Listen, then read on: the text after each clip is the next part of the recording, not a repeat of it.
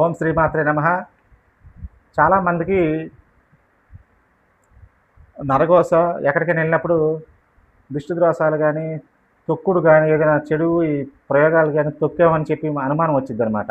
వాళ్ళకి అలాంటి ఏమి మన ఒంటికి గానీ, ఇప్పుడు కొంతమంది బాగుండి ఏడుస్తూ ఉంటారు. వాళ్ళ ఏడుపు గానీ తగలకంట మనమే రక్షాబంధనం తయారు చేసుకోవచ్చు. అది ఎలాగో ఇప్పుడు చెప్తాను బాబు.